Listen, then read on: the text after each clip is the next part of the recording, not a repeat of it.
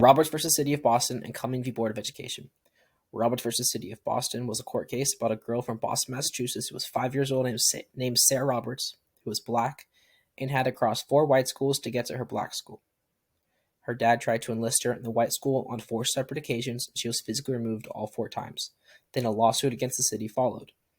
Attorney Robert Morris helped Mr. Roberts in his case.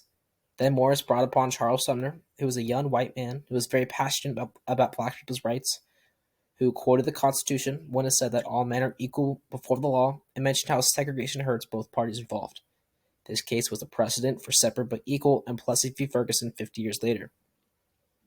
The court ruled against segregated schools in Boston, but 5 years later, Massachusetts desegregated schools, and it was the first state to do so, which is pretty cool. This is a newspaper that Frederick Douglass wrote about the case. And then Cumming v. Board of Education. In 1899, there was a court case about the closing of a black high school. It's called Ware High School. That was closed to put in 4 black elementary schools. The school board levied taxes that only supported the white schools. So, J.W. Cumming, a parent of a black student, argued taxes that only support white schools breaks the 14th Amendment. A big argument Cumming made was that races were separate, but they were not treated as equals. The white people said that because the black students could go to a different school, that the 14th Amendment was not violated. However, this makes absolute no sense to me. And black people had to pay $10 a year just to keep their school running, while white people paid nothing because their taxes paid for theirs.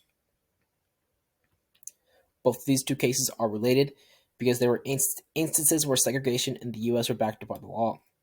This is still impacting education today because for Roberts versus City of Boston, it was the first time in America where a state tried to desegregate schools, which is awesome.